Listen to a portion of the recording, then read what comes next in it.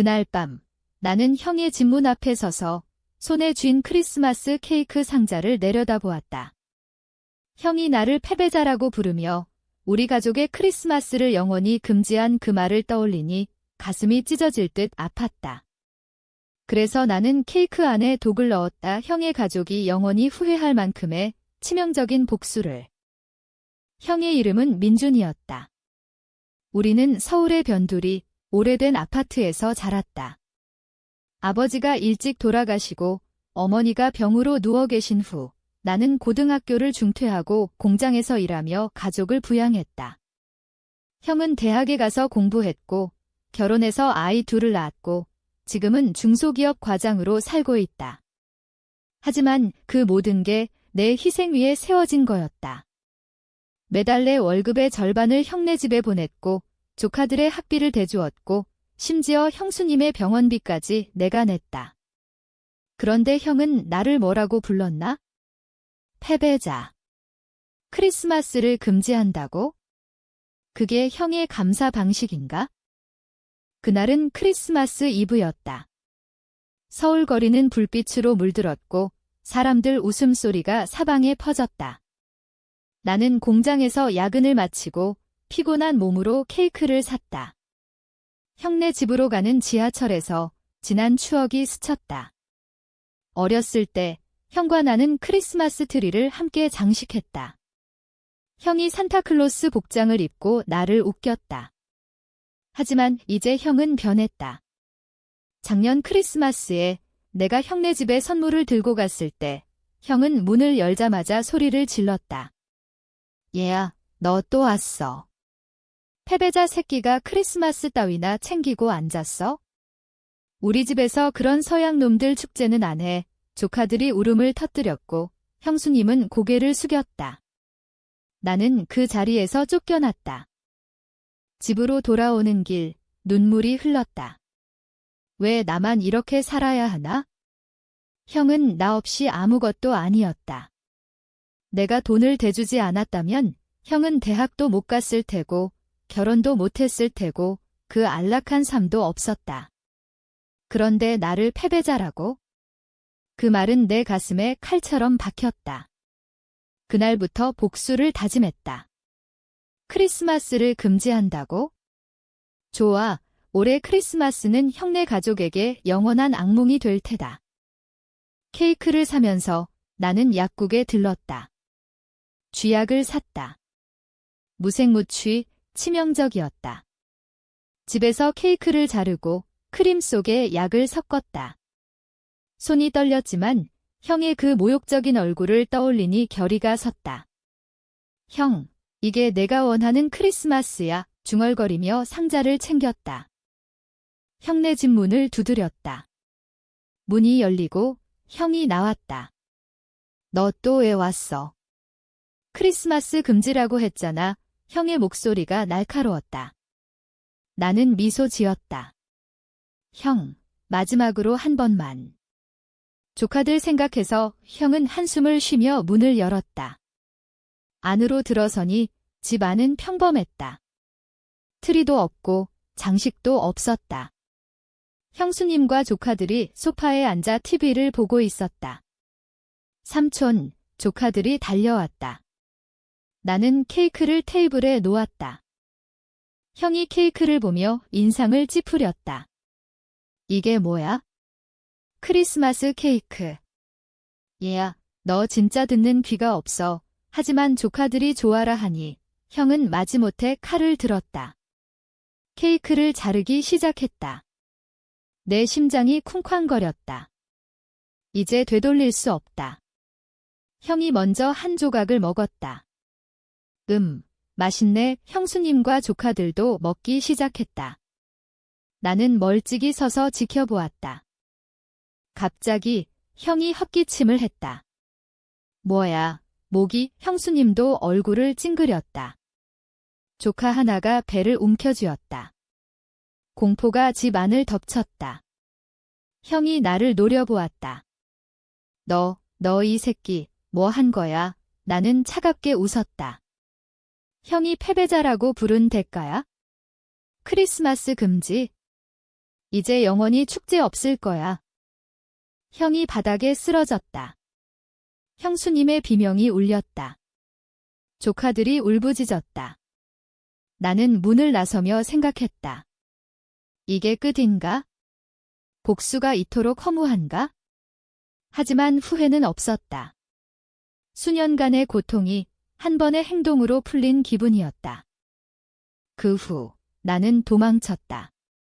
서울 거리를 헤매며 경찰이 올 거라는 걸 알았다.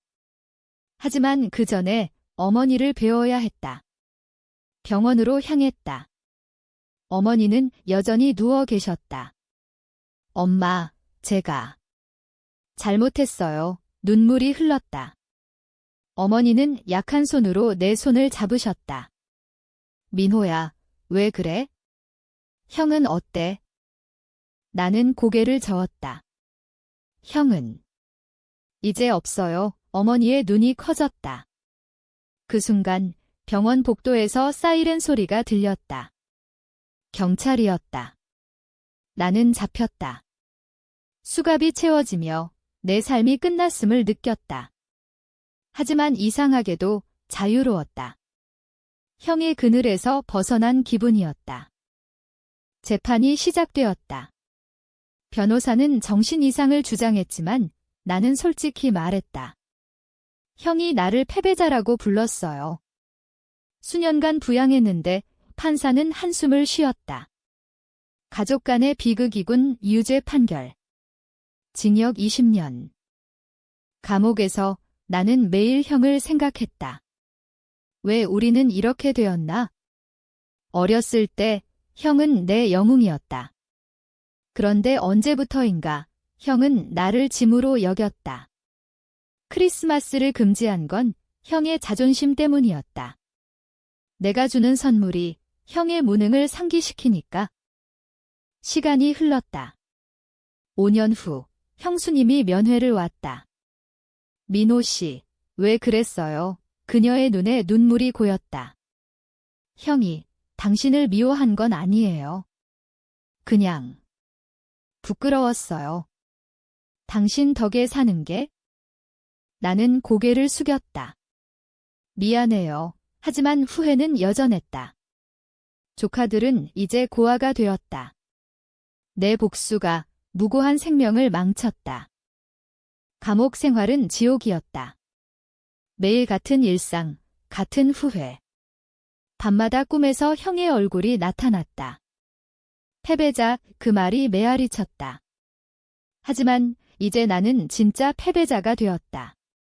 가족을 잃고 자유를 잃고. 형수님의 면회가 이어졌다. 그녀는 조카들의 소식을 전했다. 아이들이 당신을 원망해요. 하지만 크리스마스 때마다 당신을 생각해요. 크리스마스. 그 단어가 가슴을 찔렀다.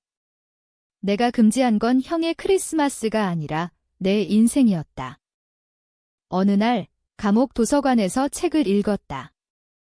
가족 심리에 관한 책, 그 안에서 나 자신을 보았다. 형제 간의 질투, 희생의 무게. 나는 형을 원망했지만 사실 나도 형을 부러워했다. 형의 안정된 삶, 가족, 성공. 내가 포기한 모든 것. 출소 날짜가 다가왔다. 10년 복역 후 가석방. 세상이 변했다. 서울은 더 화려해졌고 사람들은 스마트폰에 빠져 살았다. 나는 변두리 쉼터로 갔다. 일자리를 찾았지만 전과자라는 낙인이 따라왔다. 공장에서 다시 일했다. 피곤했지만 이번엔 나 자신을 위해. 형수님을 만났다. 카페에서. 그녀는 여전히 아름다웠지만 눈가에 주름이 늘었다. 민호 씨, 아이들이 대학에 갔어요. 당신 덕분에 내가 보낸 돈으로. 그녀가 고개를 끄덕였다. 형이 당신 돈을 저축했어요. 아이들 교육비로. 충격이었다. 형이 나를 패배자라고 부른 건 나를 자극하기 위한 거였다. 형이 말했어요. 민호가 더 열심히 살게 하려고 하지만 넘어갔어요. 눈물이 흘렀다. 형의 그 말 뒤에 숨긴 사랑. 복잡했다. 조카들을 만났다. 큰아이는 의대생, 작은아이는 고등학생. 그들은 나를 원망했지만 서서히 풀렸다. 삼촌, 왜 그랬어요? 큰아이가 물었다. 나는 솔직히 말했다. 형이 나를 아프게 했어? 하지만 나도 잘못했어. 크리스마스가 다가왔다. 올해는 형네 집 뒤제 형수님 집 내서 모이기로 했다. 트리를 장식했다. 불빛이 반짝였다. 케이크를 샀다. 이번엔 순수한 거 모두 모여 앉아 형을 추억했다. 아빠는 삼촌을 사랑했어요. 작은 조카가 말했다. 눈물이 흘렀다. 복수는 끝났다. 이제 용서의 시간. 하지만 가슴 한구석 아픔이 남았다. 수년간의 부양, 그 대가가 이토록 쓰라린가. 새로운 삶을 시작했다. 작은 가게를 열었다. 커피숍. 서울 중심가 아닌 변두리. 손님들이 왔다. 이야기 나눴다. 가족의 아픔을 공유했다. 누군가 말했다. 형제는 피보다 진하다 하지만 내 경험으론 피가 상처를 준다. 어머니가 돌아가셨다. 장례식에서 형의 사진을 놓았다. 엄마, 이제 화해할게요. 중얼거렸다. 어머니의 유언. 민호야, 형을 용서해. 너도 용서받아. 그 후 나는 책을 쓰기 시작했다. 내 이야기. 패배자에서 생존자로 출판되었다. 베스트셀러는 아니지만 몇몇 사람들에게 위로가 되었다. 한 독자가 편지를 보냈다. 당신 덕에 제 형과 화해했어요. 크리스마스가 다시 왔다. 이번엔 내 가게에서 파티. 조카들, 형수님, 친구들. 불빛 아래 웃음이 피어났다. 형의 빈자리가 느껴졌지만 이제는 따뜻한 추억. 하지만 밤에 혼자 창밖을 보았다. 서울의 불빛. 형, 미안해. 그리고 고마워. 내가 없었으면 나는 여기 없었을 테니까. 가게가 번창했다. 손님들이 늘었고 내 이야기가 입소문 났다. TV 인터뷰 요청이 왔다. 가족 드라마의 생생한 증언, 하지만 거절했다. 아직 준비 안 됐다. 조카 큰아이가 졸업했다. 의사 됐다. 삼촌, 병원에서 일해요. 자랑스러웠다. 작은아이는 예술가 꿈을 키웠다. 크리스마스 그림 그릴게요. 웃었다. 형수님과 가까워졌다. 그녀는 재혼 안 했다. 형만 사랑했어요. 그녀의 고백. 민호 씨, 당신도 가족이에요. 그 말에 가슴이 뭉클했다. 과거가 돌아왔다. 옛 동네 친구가 찾아왔다. 얘야, 민호. 형 일, 미안. 그는 형의 비밀을 말했다. 형이 빚졌어. 내 돈으로 갚았어. 하지만 자존심 때문에 말 못했어. 새로운 충격. 형의 패배자 발언은 자신의 실패를 숨기기 위한 거였다. 왜 말 안 했을까? 형제니까. 도와달라고 하면 됐는데. 나는 형의 무덤에 갔다. 비석 앞에 앉아 술을 부었다. 형, 바보야. 왜 혼자 짊어졌어? 바람이 불었다. 용서가 스며들었다. 삶이 안정되자 사랑이 왔다. 가게 손님, 은지. 그녀는 작가였다.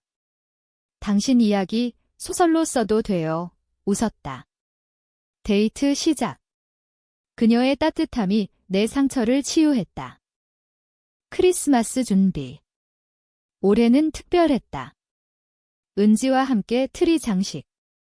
민호 씨, 행복해. 그녀의 물음. 응, 이제야. 하지만 악몽이 왔다. 밤에 형의 환영. 패배자 이 깨어나 땀 흘렸다. 아직 완벽히 벗어나지 못했다. 은지에게 털어놨다. 과거가 무서워 그녀가 안아주었다. 함께 이겨내요. 그녀의 힘으로 상담받기 시작. 심리치료. 과거를 직면. 치료사 말했다. 희생은 사랑이지만 경계가 필요해 이 깨달았다. 나는 형을 너무 많이 줬다. 그게 원망으로 변했다. 조카들의 크리스마스 선물. 큰아이는 시계, 작은아이는 미술도구, 형수님에게는 꽃, 고마워요. 그녀의 미소. 파티 중 은지가 프로포즈했다. 결혼해요. 눈물이 흘렀다. 그래. 새로운 가족. 하지만 형이 그림자가. 결혼식 날 형의 사진을 놓았다. 형, 지켜봐. 결혼 후 삶이 달라졌다. 은지와 작은 집 아이 계획. 하지만 과거가 방해. 은지가 임신했다. 기뻤지만 두려웠다. 내가 좋은 아빠 될 수 있을까? 형수님 집 방문 잦아졌다. 가족 모임. 크리스마스 전통 만들기. 트리 아래 이야기 나누기. 형에 대해 이 조카들이 말했다. 아빠는 삼촌 사랑했어. 아이 태어났다. 아들. 이름 지었다. 준호. 형의 준과 내 형, 내 피가 이어져. 육아 힘들었지만 행복.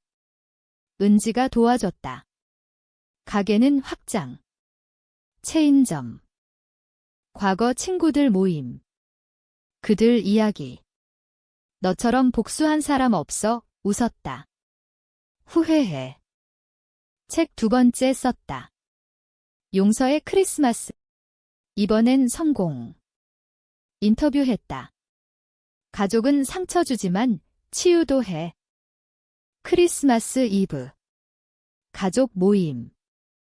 불빛 아래 케이크 자르기. 이번엔 웃음만. 하지만 마음속 형의 목소리. 패배자 이제는 약해졌다. 형, 나 행복해. 아들이 자랐다. 5살 크리스마스 좋아했다. 아빠, 산타 올까? 올 거야. 형수님 건강 악화. 병원. 민호, 고마워. 그녀의 말, 조카들 돌봄. 은지와 갈등. 과거에 매달리지 마. 그녀의 불만. 미안. 치료 계속. 깨달음. 복수는 나를 망쳤다. 용서가 자유. 크리스마스 파티. 모두 모여. 노래 부르기. 행복. 형수님 돌아가심. 장례. 슬픔. 하지만 가족 결속. 아들 교육. 가족 소중히 가르침. 가게 성공. 사회 활동. 상처 입은 가족 도움. 시간 흘러. 아들 대학. 아빠처럼 될게 자랑. 크리스마스. 큰 모임. 손자들. 불빛. 회상. 그날의 복수. 후회 없음. 그게 나를 바꿈. 형 무덤. 형, 이제 행복해 바람. 결말. 삶은 드라마. 하지만 사랑으로 끝남. 크리스마스 영원히.